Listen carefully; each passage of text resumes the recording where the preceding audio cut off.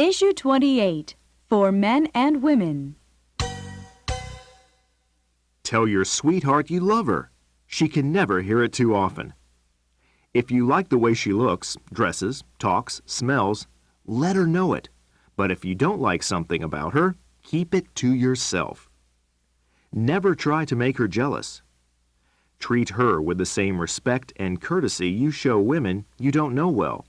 In addition to remembering her on all the usual gift-giving occasions, such as birthdays, anniversaries, or Christmas, from time to time surprise her with a little gift for no reason at all. If you've had an especially wonderful evening together, send her flowers or a single rose the next morning. If she's a working woman, send it to her place of employment. She will appreciate it twice as much. When you are at a party together, never leave her alone while you're off talking with someone else. Tell her she is absolutely the most wonderful person in the world, and she'll believe that you are. If you want to be loved, be loving. Be nice to her relatives, and they'll tell her how lucky she is to have you. Tell him often that you love him.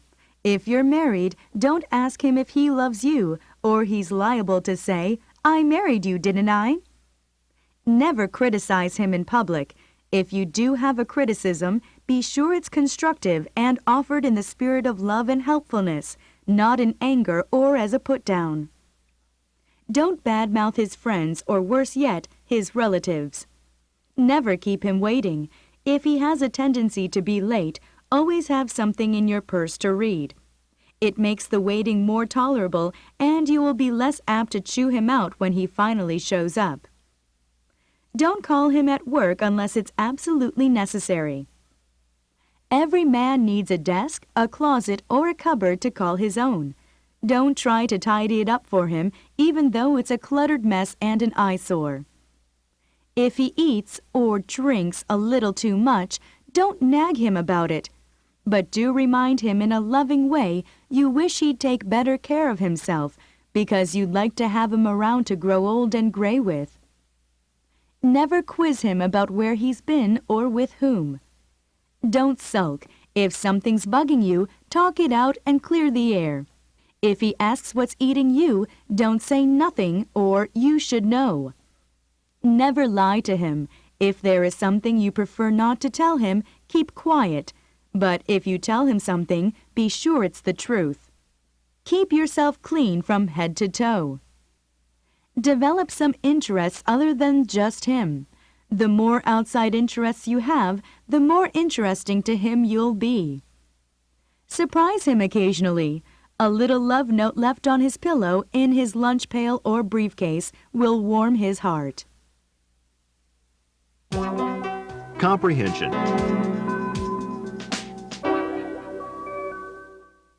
One. Why do you think receiving flowers at her workplace would make her happy? 2. If she wants to criticize him, what should she do? 3. If he overdrinks, what shouldn't she do?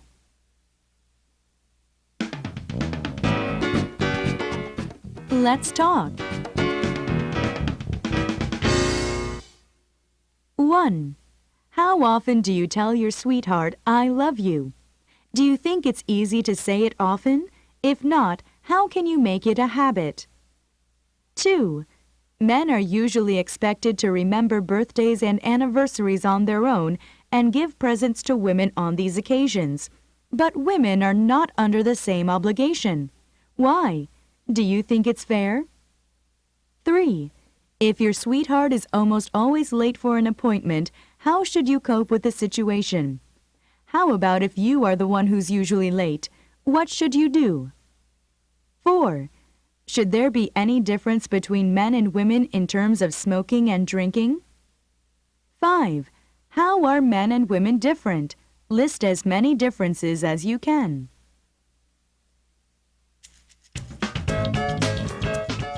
Opinion samples.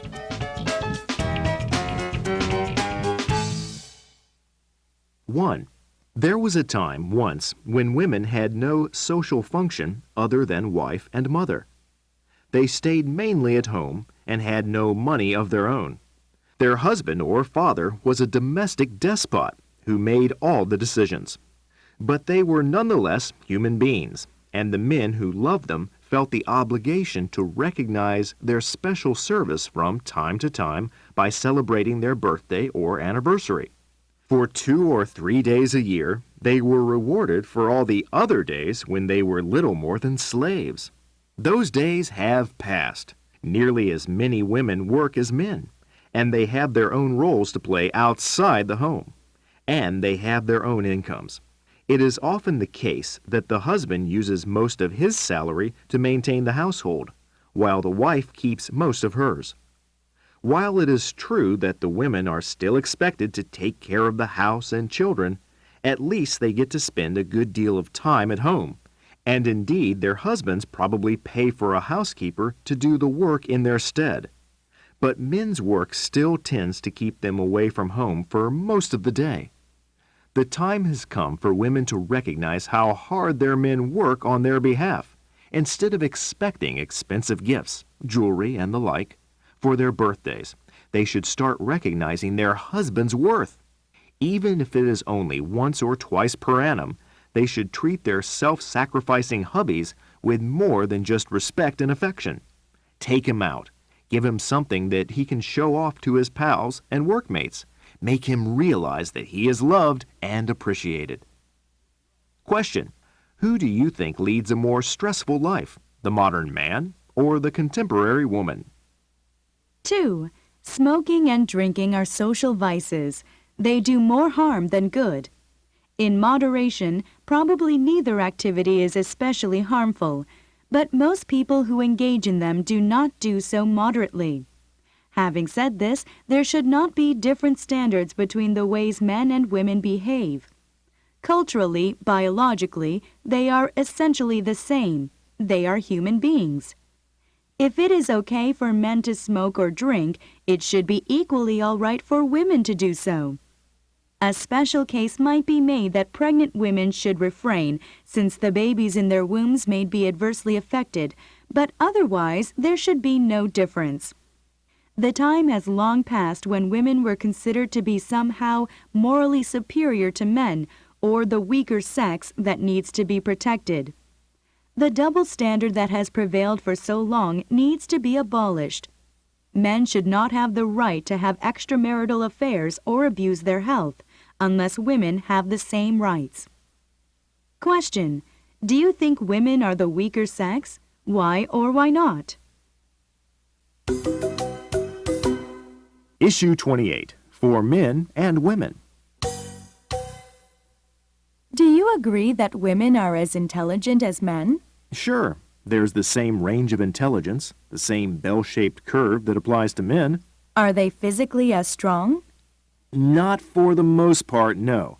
Of course, there are very small, weak males and very large, strong women, but the average size for adults is quite different.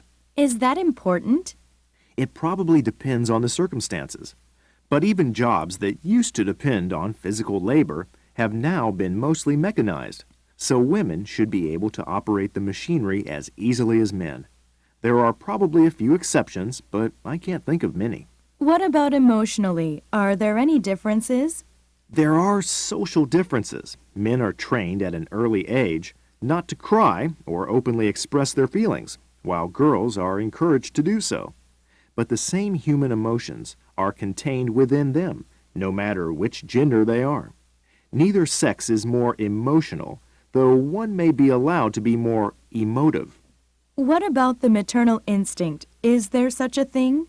There is a parental instinct. Men can't yet physically bear children, but they have the same nurturing, protective, loving nature as women. Single male parents generally do about as well raising their kids as single female parents.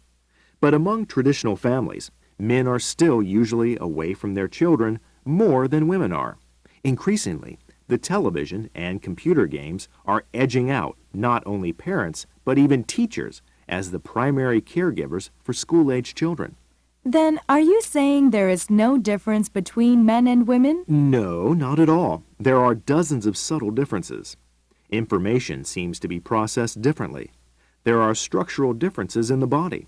Of course, there are different hormone balances. More differences are being found all the time, but we don't really know how these little differences affect social roles. It seems like, in terms of having a job or raising a family, the differences are unimportant.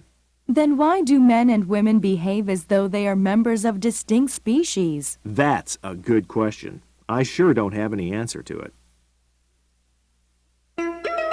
Questions. 1.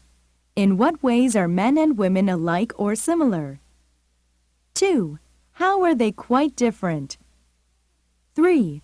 Does the dialogue imply that the differences are mainly biological or social? Explain your answer.